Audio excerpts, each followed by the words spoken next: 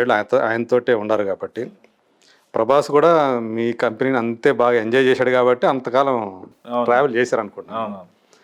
ఎక్కడో వైజాగ్ సత్యానంద్ గారి దగ్గర కుదిరినటువంటి లింక్ అది. సో ప్రభాస్ తోటి అంటే మీరు చాలాసార్లు చెప్పుంటారు అనుకోండి, ఏ విషయంలో ప్రభాస్ మీకు సలహా ఇచ్చారు? ఆయన సలహా ఎవరండి? ఫస్ట్ ఆఫ్ ఆల్ ఏంటంటే నీది నువ్వు తెలుసుకో అంటారు.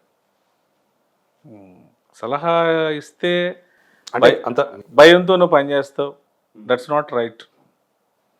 ఇష్టంతో పని చేయాలి, ప్రేమతో పని చేయాలి.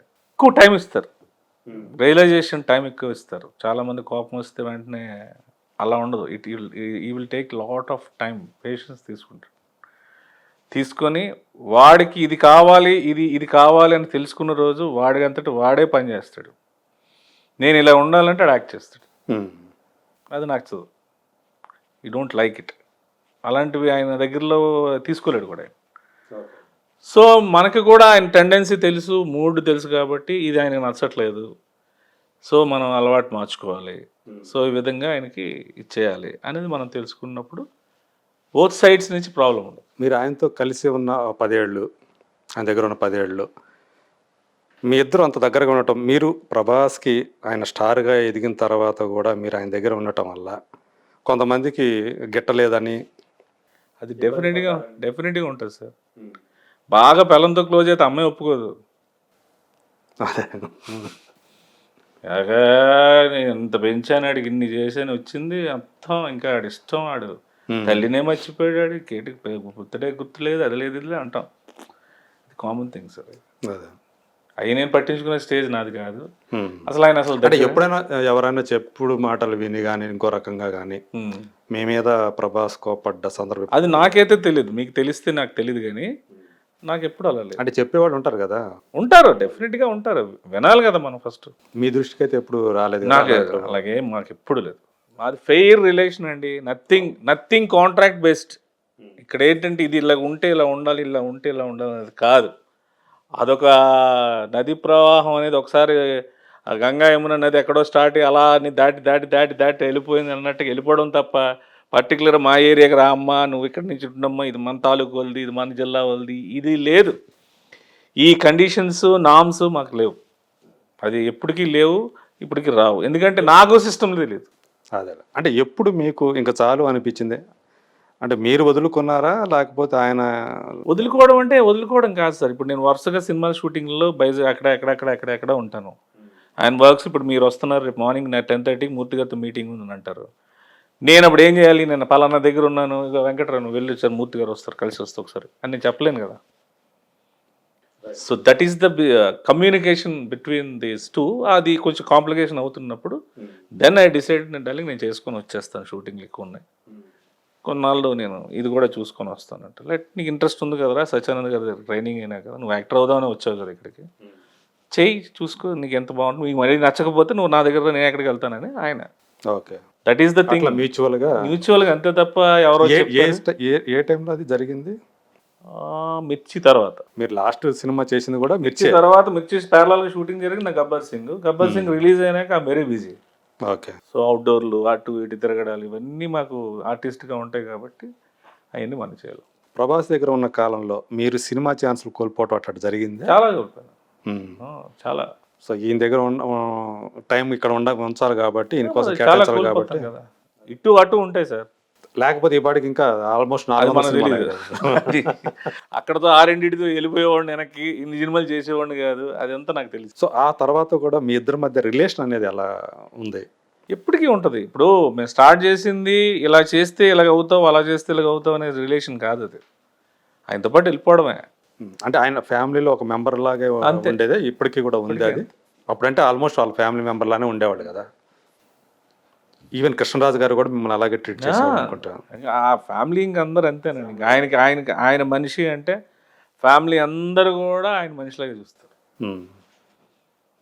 ఇప్పుడు ఆయన దగ్గర పనిచేసిన కొత్తగా వచ్చిన అసిస్టెంట్ అంటే వాడికి ఇవ్వాల్సిన గౌరవం వాళ్ళకి అలాగే అందరూ ఫ్యామిలీస్ అందరూ వాళ్ళకి అది ఆ కల్చర్ ఉంది. సో కృష్ణరాజు గారు వెళ్ళిపోవటం అనేది ఆ ఫ్యామిలీకి పెద్ద దెబ్బ కదా. మీకు మీరు పర్సనల్గా కృష్ణరాజు గారితో ఏమన్నా ర్యాపో ఉందా? ఏమైనా జ్ఞాపకాలు ఉన్నాయా కృష్ణరాజు గారితోటి? ఆయనతో ఎప్పుడు కూడా వచ్చినా నాకు మంత్రి అనేవారు.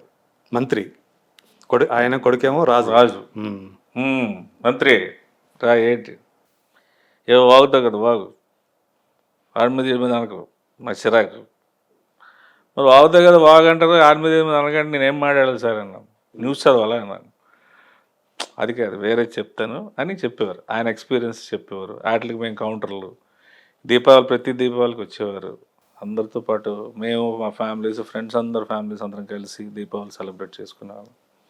ఇంకా ఆయన పెద్ద ఆయన స్మోక్ పడదని చెప్పి ఆయన సపరేట్ కుర్చీలో కూర్చునేవాళ్ళు. మేము ఇంకంతా ఆడుకునేవాళ్ళం. ఆ తర్వాత ఫుడ్ ఇంకా అసలు చాలా అంటే ఆయనతో ఏంటంటే మాకు భయం కదా అంత దీనిగా. నేను ఒక్కడనే కొంచెం కోతి టైప్ కాబట్టి మెల్లిగా ముందుకెళ్ళిపోయి ఏదో మీదుగా నా మాటలు ఈ మాటలు ఆడేసి చేసేవాడిని తప్ప బేసికల్గా భయం మనకి. అదే.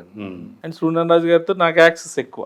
మెయిన్ నాకు ఆయన బాగా ఇంకా ఆల్మోస్ట్ మార్నింగ్ లెగిసి నేను మాట్లాడే ఫస్ట్ దేవుడు దండం పెట్టుకుని వెళ్ళి మాట్లాడేది ఆయనే నాకు.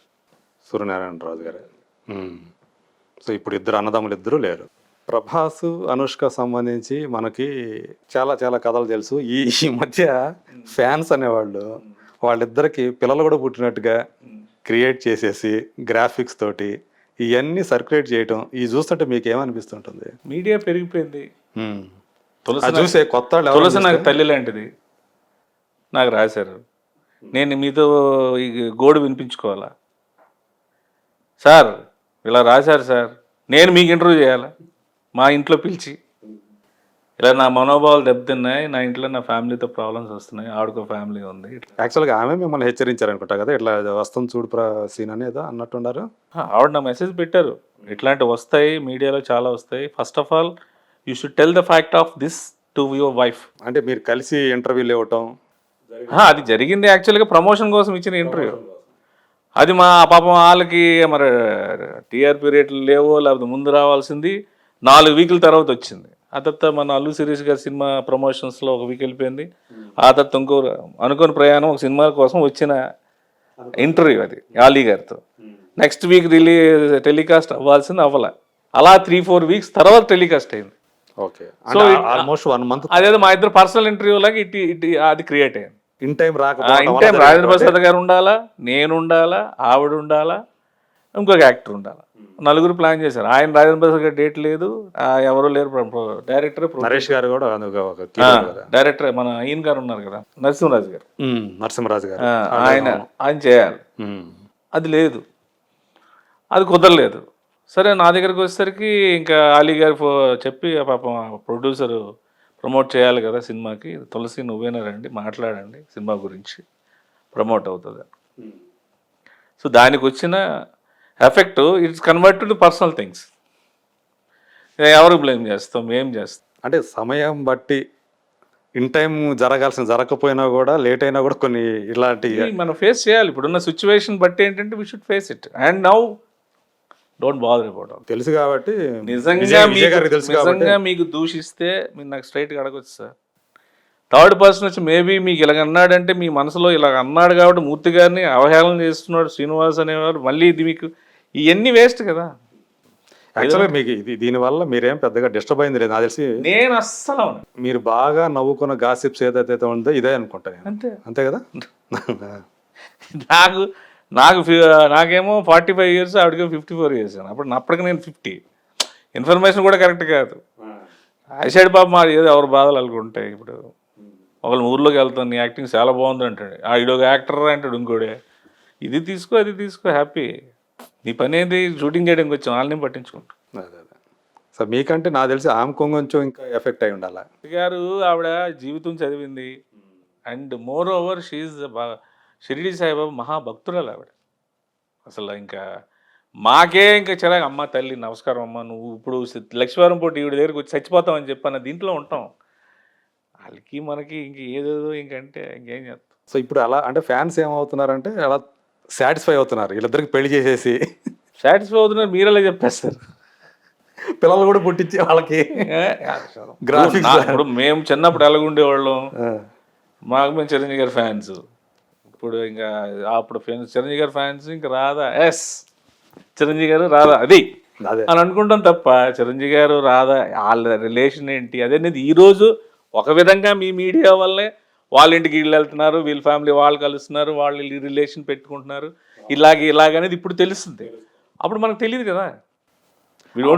అప్పుడు ఎలా ఉండేదంటే సెట్స్లో ఒకవేళ సీన్ అయిపోయిన తర్వాత పొరపాటున వీళ్ళు ఒకచోట కూర్చొని హీరో హీరోయిన్లో ఒక ఆడామగ ఆర్టిస్టులు కన్నా కూర్చొని మాట్లాడితే ఇద్దరి మధ్య ఏదో ఉందని చెప్పి రాసేసే టాబ్లెట్స్ ఆ రోజుల్లో ఉండేవి. అలా వచ్చేసేది. ఓకే, ఇప్పుడు మీడియా వచ్చిన తర్వాత అదే అంటున్నాను. ఇప్పుడు రిలేషన్షిప్స్ అనేవి ఫ్రెండ్షిప్ ఎస్, ఇద్దరి మధ్య ఫ్రెండ్షిప్ ఉంది, కామన్ అయిపోయింది కదా. ఇప్పుడు హీరో హీరోయిన్లు క్లోజ్గా ఉండటం అనేది, మాట్లాడుకోవడం అనేది అసలు ఎవరు